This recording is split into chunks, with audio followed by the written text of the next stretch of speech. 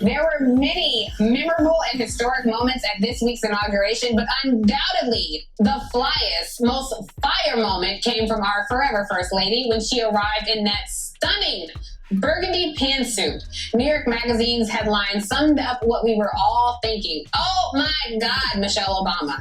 And the designer behind the look that took over Twitter is our guest for Who Got Next. Joining me now is Sergio Hudson, the designer of Michelle Obama's inaugural outfit and Vice President Harris's outfit for the inauguration celebration on Wednesday night. Sergio, I'm so happy to have you here. I did reach out to your team and ask for research purposes if you could send me Michelle Obama's outfit in my exact size. It hasn't arrived yet, but I'm looking forward to that research packet arriving to my home. I gotta tell you, my friend, the both outfits were straight fire. So I need to know, and there were memes. They sparked memes all across the country of Michelle Obama, and there was even some of Bernie Sanders wearing your design. So I have to ask you, it was quite hilarious. You see her at Trump's inauguration versus Biden's inauguration. It is a stark difference, even though it's hard for her not to be anything but beautiful. But tell me, what was their inspiration behind these looks?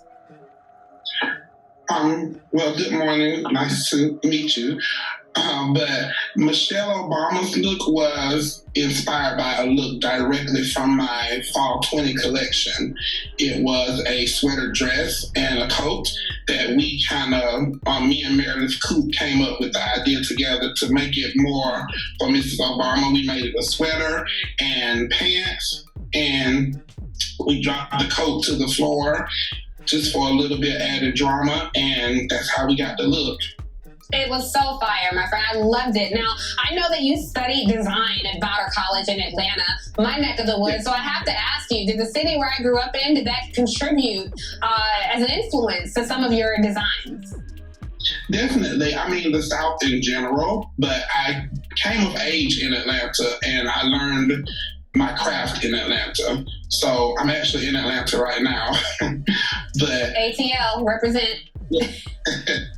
Yeah, so it definitely had a big role in just when you're in Atlanta, the free thinking of Black people here, and it kind of opened my mind up to what I could really become. So definitely, just the South in general. So something that you said that I think is so timely and prevalent, because I think some people tend to think of fashion as something frivolous. It doesn't really matter, yet we spend so much time talking about it. It's a multi-billion-dollar industry. And you've said there's never been a Black designer to be this legacy designer, and you want to be that person. Why hasn't there been a Black designer to create this legacy, and how do you plan on building that? There are multiple reasons, and we can go into long dialogue about why it hasn't happened yet. But at the end of the day, it hasn't happened, and we know it takes a long time for first to happen. And I definitely do want to be the first, just because, not just for me, but for creatives coming up. If you see somebody that's done something that looks like you, it's a little bit easier for you to dream, and that's how I feel.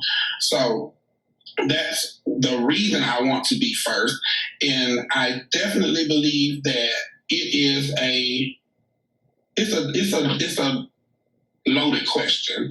So right, we would need a lot of time.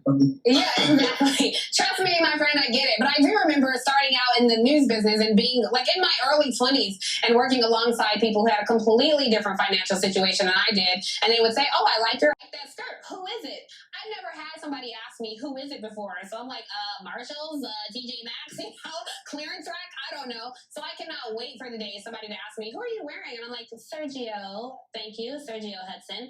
So I applaud you for giving us all that fire fashion this week. It was such an amazing contribution to such a historic day. So thank you so much for making the time to join us. My whole South Carolina coalition is like, have Sergio on your show. So you have a lot of people behind you. And this has been a great conversation. So thank you. And you guys at home, that's our show for today. I feel like it was a 30-minute show.